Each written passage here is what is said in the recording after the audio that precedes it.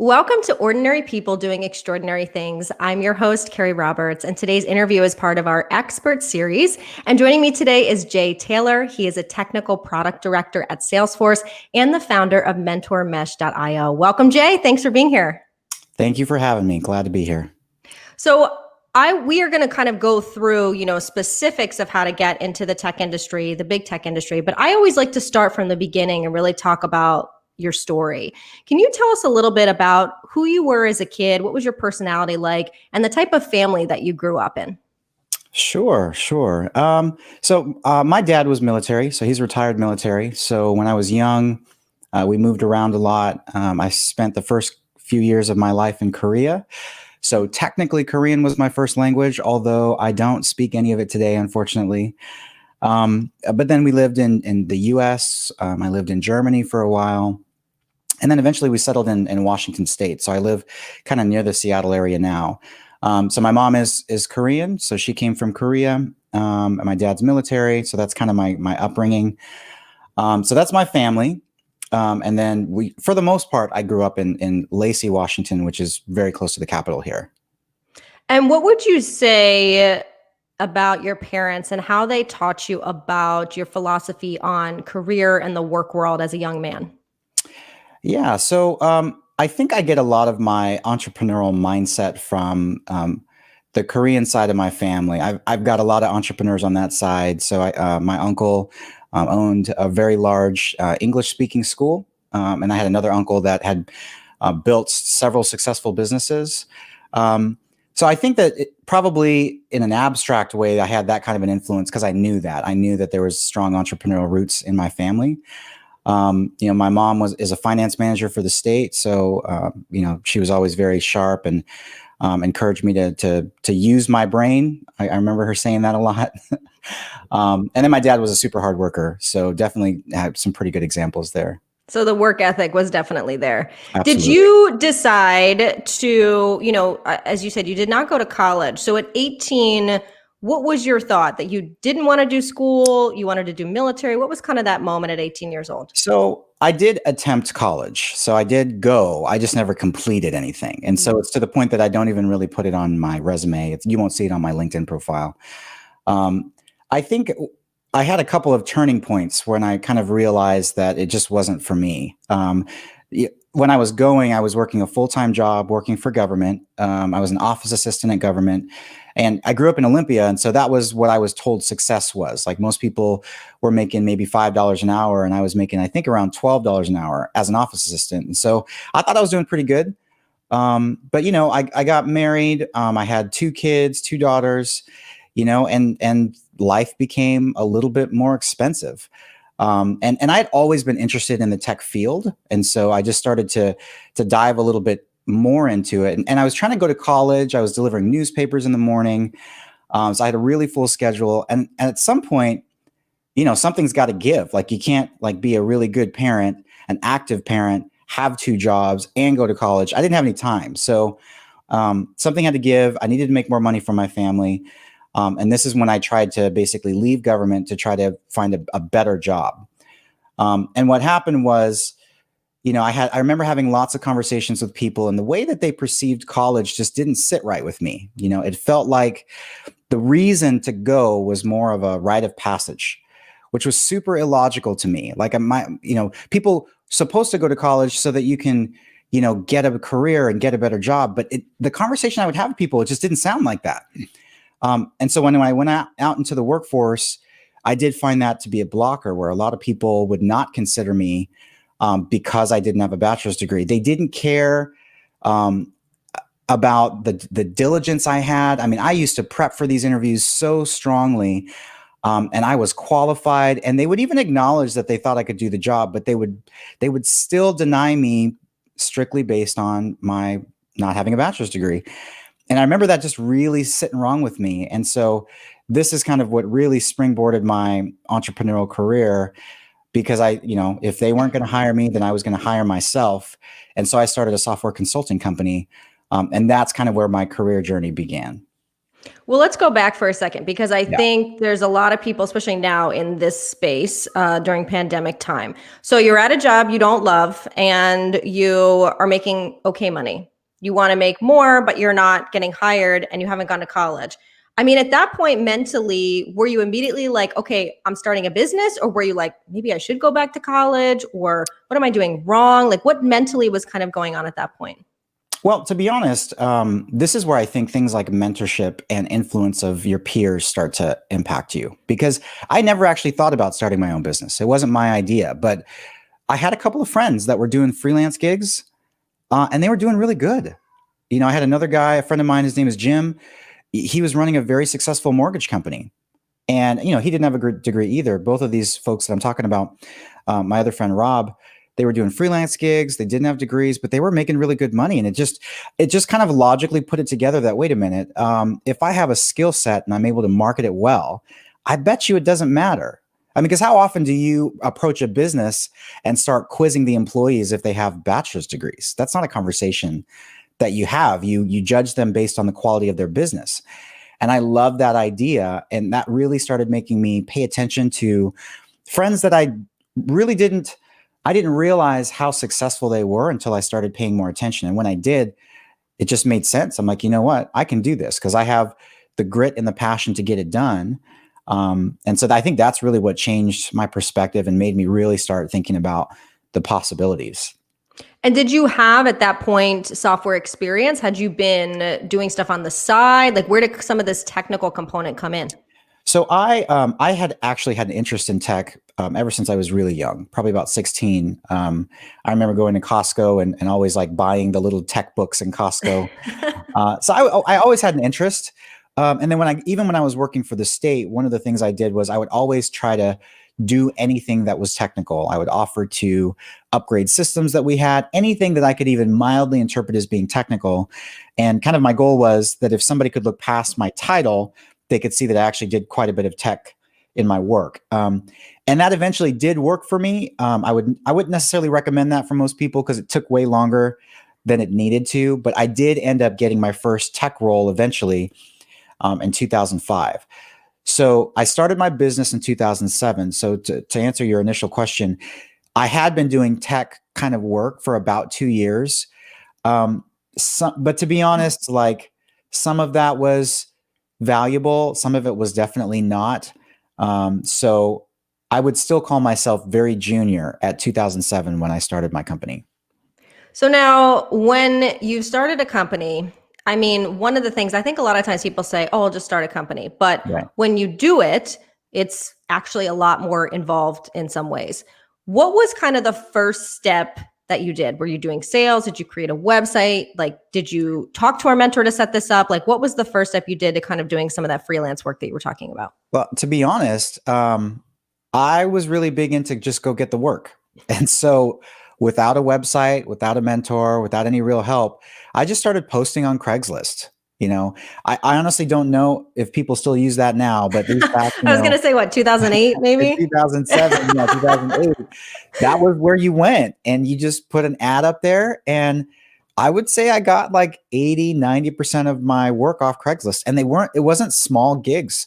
Some of them were small, but some of them grew pretty big. Some of them were pretty big clients.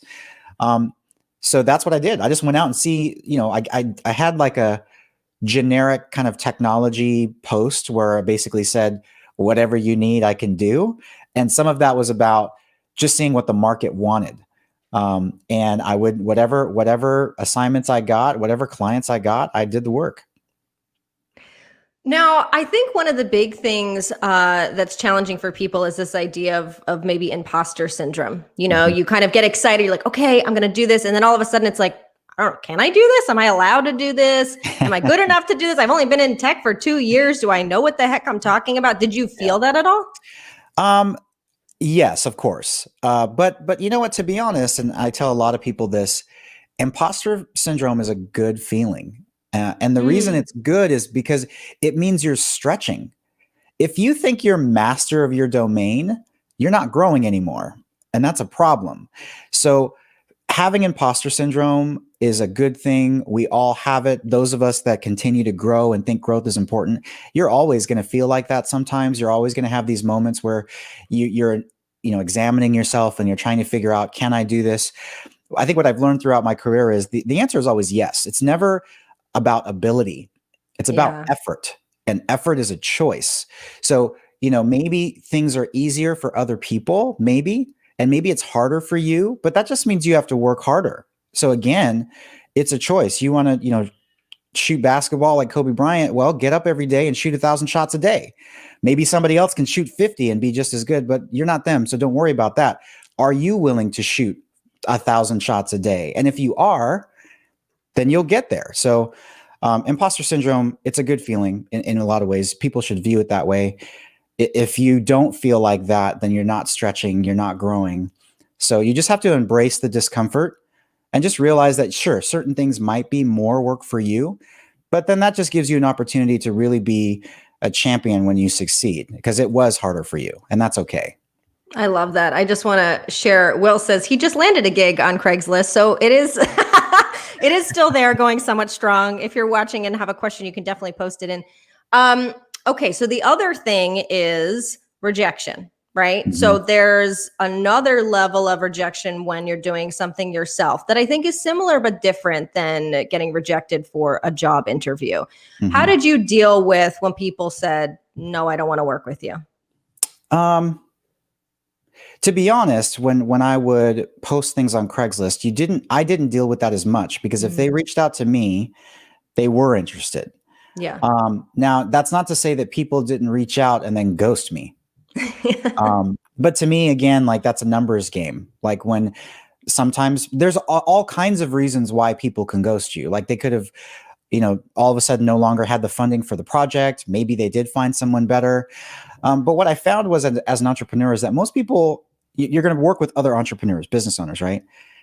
They don't want to actually spend weeks and weeks evaluating projects. Now, granted, this is a smaller tier. Like, if you work with a big corporate company, yes, they will take months to evaluate. But your typical small business owner does not want to do that. So really, the goal is trust. The first time you talk to them, that's really what they want to hear. Can I trust you? Are you going to do the work? Are you reliable? And so I got really good at conveying that message so that they would try. And I would even make the barrier to entry really easy too. Like, if they didn't like my work, I would give them a way out, or maybe we would start at a really low cost so that they could kind of try before you buy. Because a lot of life, not just businesses, but this actually translates very much into corporate life as well. This is a trust game. It's not even about skill or ability. It's trust, because even if you don't have the skill or ability, will you learn? Can I rely on you? Can you find someone else to help you if you need it? At the end of the day, as a business owner, I just need you to execute. So whatever that means, whatever that takes, it's about trust. So, but as far as rejection, I mean, you can never let rejection define you, because there's too many factors that come into that, and your qualifications is not one of them. Part of it is their perception of your qualifications, maybe, but there's a lot of reasons and ways that people think. So you can't own that. So I think, especially in sales or in working for any company, it's kind of a numbers game. So you're going to get rejected. You got to kind of go in knowing that, but keep going. There's so many potential opportunities out there. It's not enough to quit just because you get rejected. It's part of the landscape, I think. You sound so confident in what you're doing. Was there ever a point, because like you said, you had 2 kids at this time, you're saying, okay, I want to switch careers kind of, I'm starting my own business. Was there ever a point where you and your family were like, okay, this is getting to be a lot, or this is stressful, or is this going to work, or not really? Of course. I had horrible client experiences, and many times I was the middleman. So remember, I said that I would take any project, and I would. So I would take projects, and then maybe, let's say it was too technical, or I just knew I couldn't do it, maybe given the short time frame. So I would go contract work with other developers, right? So I would go out and I would look for people to work with to execute on the project together. Well, I had several projects where either the developer did a really bad job, or they just disappeared, like took the money and disappeared. And here I am with a client. With no developer, I've already taken their money. I've already paid the developer who's disappeared. So yeah, I've had some pretty bad experiences, and it does make you kind of rethink, what's my approach? But I think that that's kind of how I always viewed it. All of these failures, it's about growth. Like, don't do the same thing again and again and again and expect a different result. Like, Yep. sit back and think about what could I have done differently? Do I need insurance? I mean, maybe that's part of the problem, like, do I need to vet these developers a little bit better? Do I need to learn it myself so that I could even vet what they're doing a little bit better? So I would always spend a lot of time thinking about how I can improve and looking at every failure as an opportunity for growth, because it is. And I tell you, like, a lot of being an entrepreneur, translates into the corporate world, because, I tell a lot of folks this: the number one question you're asked in interviews is, tell me a time when you failed. And there's a very, obvious reason for that. If you've never done something and you've only read it in a book, you probably don't know how to fail, because it's not telling you how to fail. It's telling you how to do it right. But if you've ever tried it yourself, there's all sorts of things that could go wrong that those books don't tell you about. And so that's how you know if somebody's experienced, if they can tell you about all of the ridiculous mistakes that they made. So never be afraid of failure. It's such an important part of your growth, because a lot of those lessons you will never forget because of the impact it had to your business or even your job. Yeah. And yes, also saying growth mindset. Yeah, that's what we're talking about here. So how long were you doing your business for? And at what point did you either get kind of recruited from technology companies, or did you decide you wanted to shift to a more corporate structure? So I actually, I had my business for about 6 years. But I had a family, right? So I had, 2 daughters. I couldn't just quit my state job. And so I was burning it at both ends of the candle for at least 3.5 years of that. Okay, wait. So you're saying you had your government job and your business Mhm. for 3.5 years, which I think is an important point that a lot of people Yep. don't realize. Yeah. It It's wasn't not that I like quit said, my "I'm job and doing just it." do whatever. Yes, you're doing both for a long time. Right. And so what I actually did was I was able to get part-time in the state. So I was working full-time for my business, part-time in the state. I was able to keep my insurance, because of course, when you have a family, that does matter, and insurance is expensive. And then I did finally get to a point where I could just quit and then just do my business for about 2.5 years. And then this is when the economy wasn't doing so well. The financial crisis, back in 2009, 2010. So I was able to stay afloat for a little while, but then eventually I got to a point where I needed to figure something out. And that's when I decided to try out big tech organizations. And that's when I got my first gig at Expedia. Well, I want to say Will too is kind of with you here. It's happened to him where 2 clients backed and it shaped how he handled clients now. Yeah, you're forever growing and evolving in general, but definitely as an entrepreneur. But Jay, you said that, like, and then I got my job at Expedia. So let's go back for a second, because let me say, and I speak from experience, I think a lot of people do. If you've got 2 sides here, right? You've Yep. got people who've been in the tech trajectory, it's generally a little easier. Then you've got people who want to shift careers. Then you have people who've been an entrepreneur and they want to go into some sort of corporate job.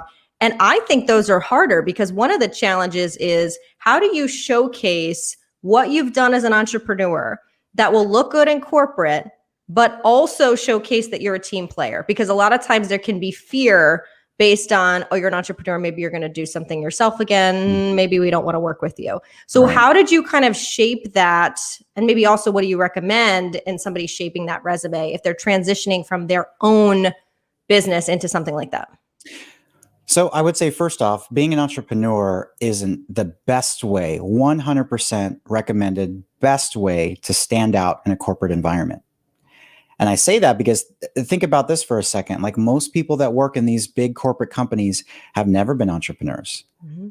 And so what I say this to a lot of people is that if you're fed your whole life directions as to how you should do everything through school, teachers are telling you what to do. Everybody says go to college. So you go to college. Professors are telling you what to do. Do an internship. You do an internship. Senior people are telling you what to do. You're used to being fed your whole life. Entrepreneurs, no, nobody's feeding us anything.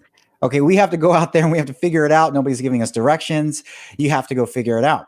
Now, the reason that's powerful in corporate is because, especially if you're in a fast growth company, they can't tell you what to do most of the time because either they've never done it or they don't have the time. Everybody's busy. So much of every job I've had in a big tech company is about building things from the ground up, or I was building new teams, building new services, and nobody was giving me direction. So my ability to navigate the organization, to come up with my own plan and to execute that plan was absolutely a definitive factor in me standing out. It was everything. It's the number one thing I would encourage people, because a lot of people will go to school and if they're trying to change careers, the first thing they think of is maybe I should go back to school, or should I get an MBA? Should I get a doctorate? I'm not saying that those things don't have value, but that's not where I would start. If your goal is to be different, you can't do what everyone else does. If your goal is to stand out. Now, yes, wait, say it again, Jay. Say it again. That was good. Yeah, if your goal is to be different, you can't do what everyone else does. Okay, you have to be different. And as most people think, being a business owner is scary. But it's really not. And that's kind of what my message is. It's like, just dare to try something different and you might be surprised. I'm not saying that it's the easiest thing you can ever do, but if your goal is to be employable, if your goal is to be valuable, there are a certain set of skills you will get from being an entrepreneur that you will not get in school. You cannot be taught this stuff. You have to go out and do it and experience it yourself.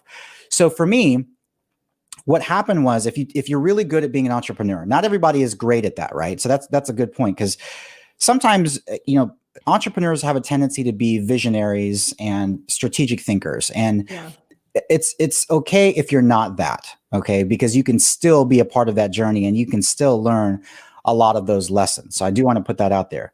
But if you are somebody that can provide vision and strategy, it actually fits perfectly into the corporate world, in a lot of leadership roles, obviously. But then even if you're going the more domain specific route, product management, that's what product management is. And that's eventually where I settled in. Now, I started as an engineering manager, but eventually landed in product, because product management is about vision, strategy, people, customers. So it's actually a very natural fit for entrepreneurs as well. Would you also say product marketing as well? Product management, product marketing. Maybe if you want to describe the difference too for people that aren't sure. Sure. So I would say in a lot of ways, yes, because if you think about what a CEO does as an entrepreneur, a lot of what they typically do is sales. You got to go get the customers. You got to get them to say yes. You have to define the strategy of your business. And a lot of that is absolutely marketing, right? So how you position your brand, how you position your company, sales and conversations with clients, a lot of that is marketing. Of course, product marketing, you're thinking more nowadays, digital product marketing, you're thinking about your brand online, your social media presence, the way that you present yourself to the world and your clients. All of that, of course, is marketing. Product management from a technology perspective, that's really more about getting to know your customer. It's about understanding the market so that you can help design a product or service that they're going to love. So product managers have a tendency to work closer, obviously, with the engineering folks, because they're the ones that are going to come up with the problem, identify a problem in the market due to their research, and say, you know what, I bet you we could solve it this way based on conversations I've had with people, based on the data that's out there. Let's solve this problem. And here's what I think the service or product would look like. And then they help to define what that is. They work with engineering leadership, and then we go build it together in a very collaborative way. That's what I would say that the difference is. But absolutely, like, if you are an entrepreneur, you're probably doing some level of selling, because that's how you get your business. Yeah, I just want to share again, people saying this is gold. And then someone else saying, Steven, that's something that gets pushed. I need to finish my degree to get anywhere in tech. I think that's pretty common. So again, I want to go a little bit big picture. One of the things that you talk about in your mentor program, which we'll get into in a moment, is that you do recommend that people start a business. And I think some people watching or listening will be like, what? That seems like money and time. Like, how do I do that?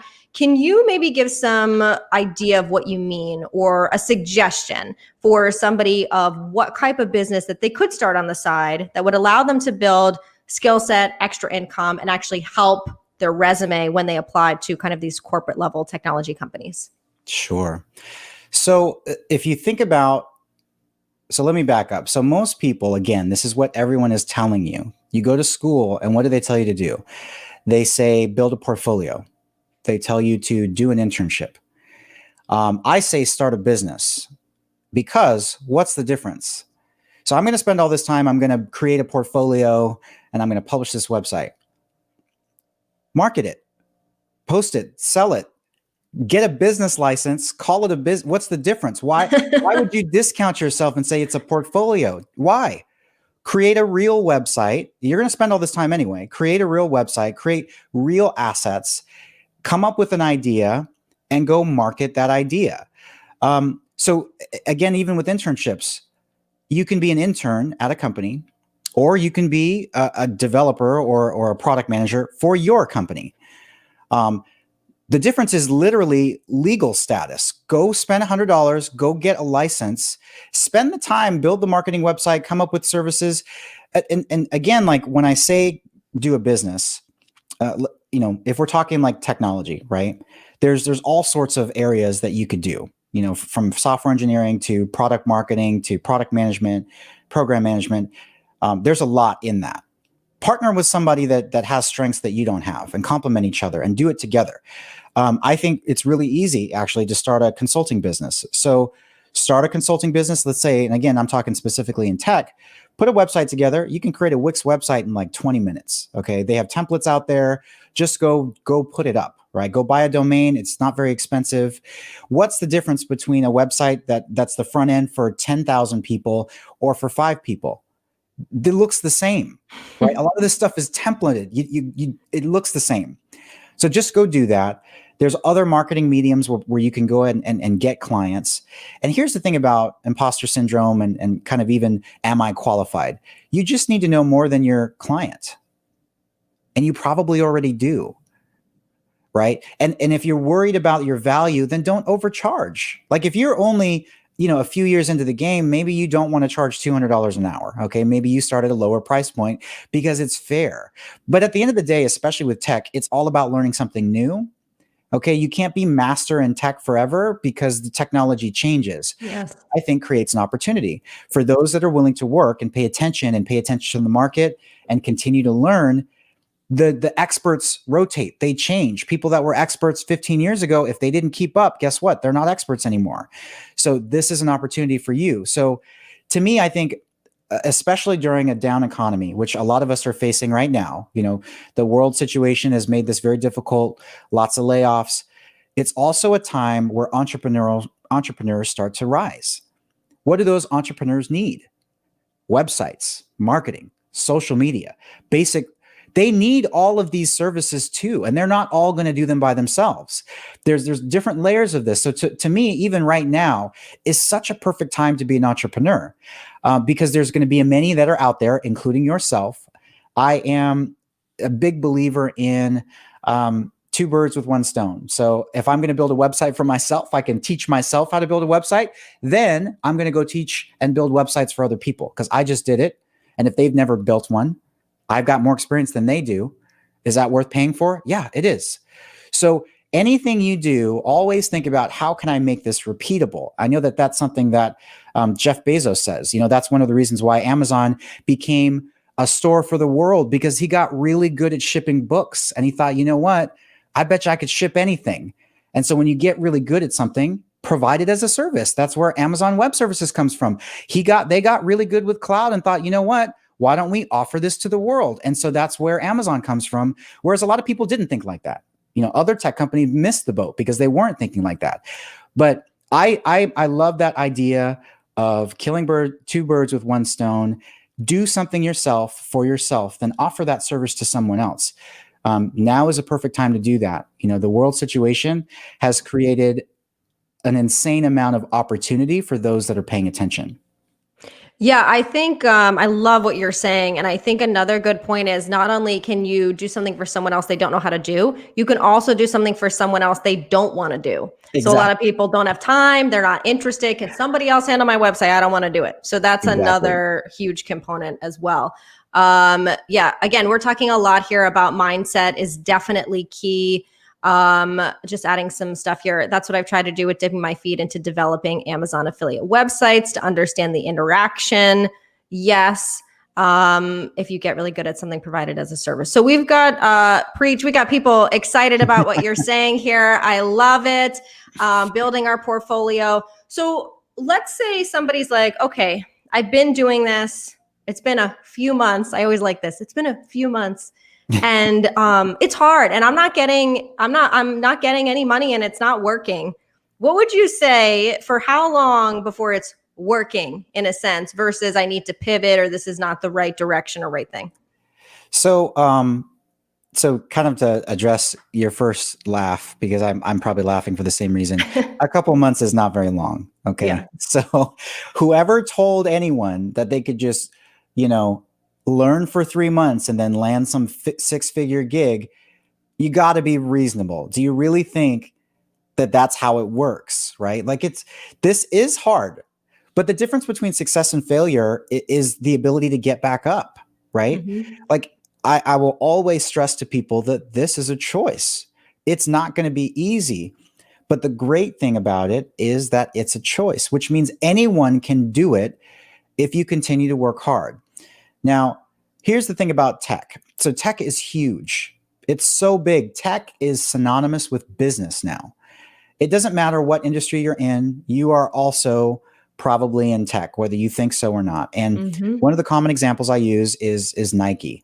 So Nike is one of the most powerful athletic brands in the world, but they recently got a new CEO, John Donahue, who's former CEO of eBay and ServiceNow, which are both tech companies. But why would Nike hire them? Why would Nike hire him? What does that tell you about Nike's direction as a company? Every company knows whether they believe it, whether they want to or not. They have to sell online. They need an online presence. They need really good technical infrastructure to be successful. Everybody knows that now. So regardless of what industry you're in, you probably have some level of tech in your company. Now, what's great about that is the tech field is a lot more than just engineering. It's a lot more than software engineering. You know, there's so many fields within that you could join that are high paying, in demand fields. So some of it is you have to understand what those are. So maybe there's an opportunity for a slight pivot, but I would never quit this industry. You can work, even if you have a specific domain interest in anything, there's probably a company. If you like dog walking, there's rover.com, right? You can take that interest and go work for that company with all kinds of skills in that area. So I would never give up on tech skills because it is business, because tech and business is synonymous. So is business going to go away? No.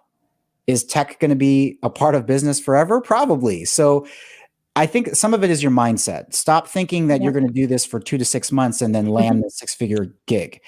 Life doesn't work that way. You're going to have to work hard. You're going to have to understand what the market says. And how do you know what the market wants? The very easiest way is to just go check out job descriptions, right? Now, take that with a grain of salt, because I would even say that most people that write job descriptions, you know, what's the difference between somebody with 3 years and 6 years experience? It's relative, right? Mm-hmm. Because depending on where you worked, that experience is very different, right? So take those job descriptions with a grain of salt. However, it does give you some directional knowledge on what people are asking for. You'll see, especially in tech, you'll see people say, well, you know, the top most popular languages are JavaScript and Python. Well, why is that? Well, just go look at job descriptions. They'll tell you. So go look and see what people are asking for. But I think my caveat is take the requirements with a grain of salt, because you'll find that a lot of times those requirements are not in stone at all. If you kind of qualify, apply anyway. Well, I want to touch on that because I think also the other people that are watching and listening are people that, especially since the pandemic started in March, have been applying. Some have not found jobs. or just not even getting through. The way job descriptions are written sometimes feel very overwhelming. They feel like, oh, maybe I don't fit, or how do I, again, take what I've done into this? And then first I've got to get across, the AI that's looking at my resume. And then you were a hiring manager at one point. Then it's got to get to the hiring manager and all these levels. So do you have maybe some tips or suggestions of things that people can do to adjust their resume to, first of all, get past the first stage, and then what the recruiting manager is looking for once they're there? So I've got a lot of very strong advice for all of that. So I'm always going to say, focus on being good, not looking good. So your actual skill is more important than your resume format. Okay. Cause I mean, you can pay somebody to write your resume, to have a conversation with you and write your resume. Okay. So you don't have to get that skill. Yes, there's systems that parse, and having the right keywords is important because that's how they're going to parse your resume. If you looked at my resume, I think it looks horrible, right? I'm sure it's not parsable because of the way that I did it. But to me, it's about ranking what's most important and most impactful in your career. I'm not saying that resume writing and all of that is not important, but I'm saying it does kind of rank lower. And so here was what I would say. The number one way for you to get interviewed is to network and know people. Hands down, doesn't even come close to any other way. You can spend hours tweaking your resume and still not be seen because of just volume, especially if you are trying to apply for a big tech company. As I've worked in many and hired for many, we get hundreds of resumes. I'm not going to see your resume. You have to go through the recruiter. My recruiter will give me maybe top 10 people. But that recruiter is not necessarily technical. So how are they identifying the best talent? It's going to be based on their personal opinion, which may or may not be skewed. And so you're going to have to deal with that. So for me, get to know hiring managers, build real relationships. This is a long-term game, not a short-term game. We have access to materials now that you just didn't have 10, 15 years ago. So LinkedIn has hundreds of millions of professionals on there. Meet them. Now there's an art to doing that because you can't. So what I see a lot of people do is they'll just, reach out to people and say, I'm looking for a job. Here's my resume. Can you hire me? I think that is a horrible way to start a relationship with someone, right? By asking them for a favor. So don't do that. What I say is make it regular, a part of your daily routine. Yes, to reach out to people, find people that you think are interesting and tell them that, tell them, hey, your profile looks super interesting. I think I want to do that. Would you have 15 minutes for a coffee chat? I just love to learn about your story, how you got there, and learn any tips you can have for me. Now, a lot of people are going to ignore you, and some of it is not on purpose. They're just busy, right? But eventually you will get people that will respond. I have people that have done that to me, and I've invited them to Microsoft campus when I was there. I invited them to Salesforce campus, and we would chat, right? You're going to find a lot of people out there just like me that are definitely willing to give you the time if you're asking for advice. If you come up with, give me a job, Jay, guess what? Like, no, because I don't know you. I'm not going to just give you a job. So my number one advice is build relationships, because even if you meet one person and you build a quality relationship, you get to know them over time. Again, I just mean in a professional way. I don't mean be buddies with everybody. Just professionally have an interest in people. That person also knows 100 other people. And as they start to get to know you and understand your passion for what you're doing and your dedication to the field and your job transition, if that's what you're doing, they'll invite you and introduce you to other people. And you do that as a regular part of your routine. You'll get to know all kinds of people. And eventually, they'll be able to refer you to jobs. They'll tell you about jobs. And if you get referred, most of the time you go directly to the hiring manager. You skip the entire recruiting process. I have not had to apply for a job in the last probably 7 to 8 years of my career. They find me and I don't apply online. They find me and I go straight to the hiring manager, and then I almost 100% at least get interviewed.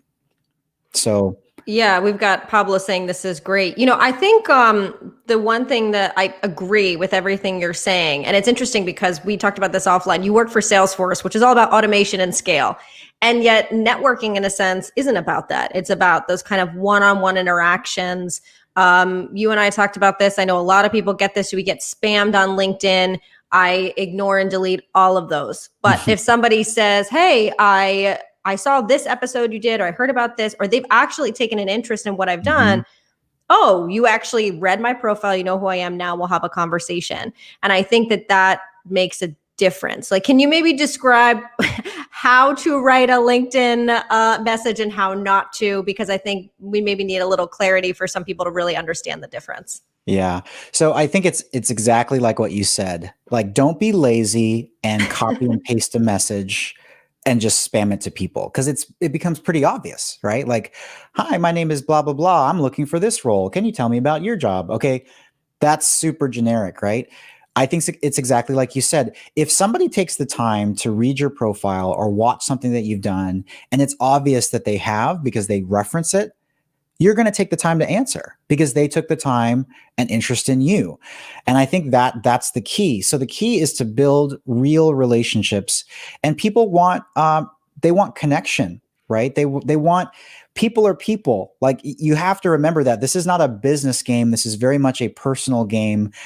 Quality relationships are way more important than just knowing a bunch of people, right? Because if people trust you, and again, it goes back to trust. If they trust you, they refer you, they help you, and they give you advice. So take an interest in people, and that's why I say, like, even when you're connecting with people on LinkedIn, um, what I'll do, and I'm not sure if this is good or bad, but I do it. I'm not going to lie. I will just connect with like a bunch of people. I'll connect with everybody. Because some people will consider LinkedIn super private, and so they won't, connect with everyone. But a lot of us, myself included, I don't mind connecting with a lot of people. And so you'll get a lot of people that'll just accept. Now, to me, that says that they're open. They're potentially open to have a conversation. So now it's your opportunity to actually have one with them. Mm-hmm. And now that they've said yes, they've said, generally I'm an open person. I don't mind connecting with people I don't know. That's good. So now I look at their profile, check out their history, and then I'll say something like, you know what, that's really cool that you did X, Y, and Z. That's something that I would like to do. So to give an example, so I've had a couple of interactions recently where, as I've progressed through my career, I'm actually more interested in things like investing. And so I've kind of searched for people that invest, and that's exactly how I'll approach them. I'll say, hey, I see that you're an investor, or that's a part of your tagline. That's something I'm interested in doing too. Can you tell me, can we have a coffee chat or something about what you did or your kind of path to becoming that? And I've had a lot of people say yes. A lot of people actually in very prominent positions say yes. So I think it's about that personal connection, because if it's on their profile, they may even be personally passionate about it. And if they are, they're definitely going to talk to you about it, right? They probably love talking about it. They potentially talk to a lot of people about it. So of course they'd give you, especially if you're not asking for much, just ask for a little bit of time. You'd be surprised. A lot of people will say yes. Yeah, I think again, just harping on being really genuine, not coming with an agenda per se, Yeah. but really just wanting to connect as humans first, which is, I'm all about that. So I 100% agree. I want to shift a little bit to, now you actually have started another company about mentorship, which is a lot of what we talked about. Can you tell us kind of why you started this and a little bit about what it entails? Yeah. So I was just thinking about, again, like I hit my 15 years in tech kind of milestone. And I was thinking to myself, well, what do I want to do for the next 15 years? And it really made me think about my journey and about the hurdles that I accomplished and was able to move past, and how much of that was based on what people told me. There were many times in my career where I shifted because I had a conversation with someone and I realized certain things were possible. I worked for state government for almost 10 years because I was scared of private sector. Everyone said, oh, everyone gets laid off. But then I met someone from private sector and was like, it's not like that at all. Like, what are you talking? He's like, it's way more, you make way more money. And if you're really good, you're not going to get laid off.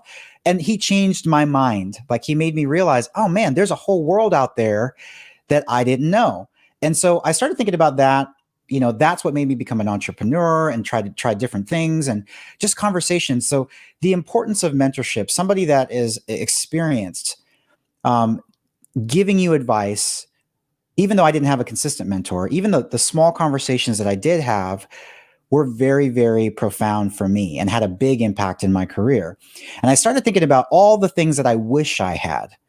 And this is where MentorMesh comes into play, because I think that MentorMesh.io is a community that I started a few months ago. And really the purpose is bringing people together with other tech professionals for a variety of reasons. So number one thing I always say is start a business. Well, you might not want to do that by yourself. Well, do it with other people that are maybe on the same journey or very similar to where you are. Take that burden together, learn those lessons together. So MentorMesh is about bringing people like me that are a little bit more experienced in the industry. We're going to tell you our stories. I'm going to bring other mentors to the platform from other companies that a lot of people want to work at. And we're going to tell you our stories. We're going to give you mentorship and guidance, get to know each other, build community. This is the beginning of your technical professional network, because a lot of these people are obviously going to continue to be successful and they're going to be in all these companies. Get to know each other now and continue to know each other over time. This is the beginning of that network. One of the big things that we've been doing is, again, like I tell people, start a company, because I think it's the best way to get started. Because even if you fail, experience is experience. That experience counts 100% on your resume. It counts. But people don't know how to start. And so we're doing incubator programs where we will help you start. I don't know everything, but I have had 2 successful startups myself. And I've worked at many big tech companies, right? So I have a perspective that I can share and help people get started. And so that's a lot of what MentorMesh is about, is helping people get started, because yes, there's the education portion. Those are tools. Whether you went to college or you went to a boot camp or you're doing online training, those are all tools. However, you have to use those tools in order to build a career. If you're not sure how to use them, here's a place that you can start. Come to mentormesh.io. There's going to be a ton of people. We've got over 600 students. Let's talk. Maybe you don't even know some of the jobs that exist. Let's introduce you to those jobs. You might realize that, number one, you don't have to be a coder. There's a lot of things you can do in tech that's not software engineering. So I'm trying to basically put together a community to help fill a lot of the gaps that a lot of education doesn't fill. So that's kind of the idea. And, so we'll see. And so far, again, we've only been around for about 3 months, and it's already 600 users strong. And so we talk regularly.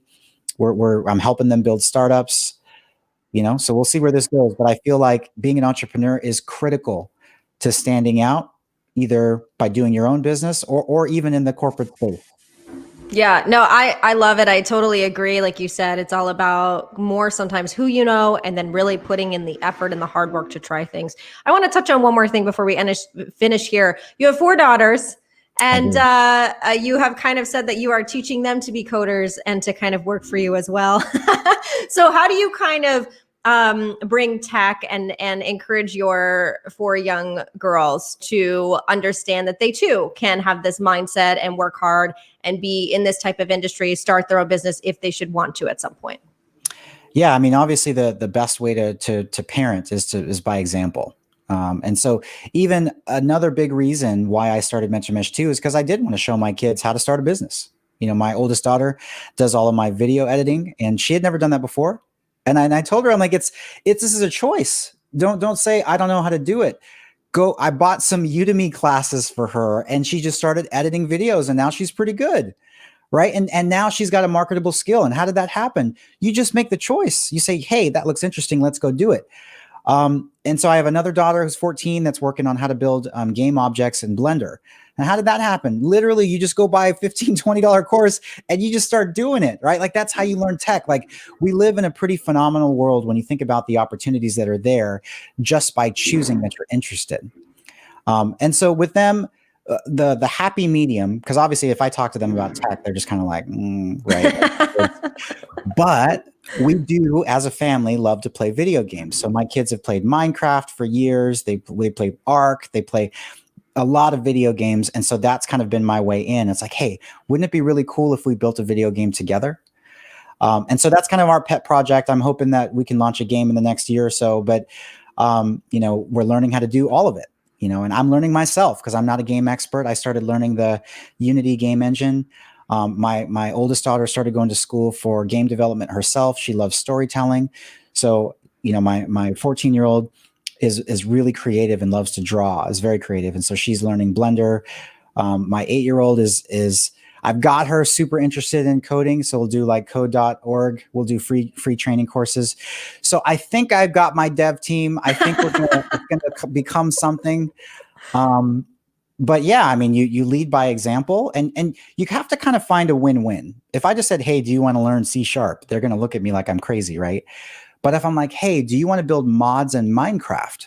Then it's like, oh, well, that's cool. And so I think finding that bridge with something that they're interested in has been helpful. So you never know. Yes. And then your youngest daughter, she's 1, maybe about? Yeah, she's 1. She's 1. So that's how you and I met. And I'm sure a lot of people originally saw you, if they didn't know you before, was you did this cute video with your daughter talking a little bit about your story. So she'll be your spokesperson maybe in the future. She's my fireball for sure. She's a handful. I don't know what it is. Maybe because as you get older, maybe I'm more patient now, so maybe that's why. But yeah, she's my fireball for sure. I love it. Well, if people want to learn more about your mentor organization, or they want to follow you on social media, where is the best place to do all of that? Yeah, so LinkedIn is obviously a great place to find me. But please join mentormesh.io. Join the community. You'll get links to all sorts of resources and people that are willing to help. You can also follow me on Twitter. My handle is JInTech. So my name is spelled JAE, so JInTech. You can follow me on Twitter, LinkedIn, and come to mentormesh.io for sure. Well, thank you so much, Jay, for sharing your story, your insight. Again, if you're watching and listening, I think the whole point here is to do the work. Don't be scared. Get a network of community, of people that you start to help one another and start a business so you have skills, and that will help you go into that tech industry if that's something you want to do. So I want to thank you, Jay, for kind of breaking this down, being genuine and sharing your story. And I look forward to hearing more about how your business continues as well. Absolutely. Thank you very much for having me.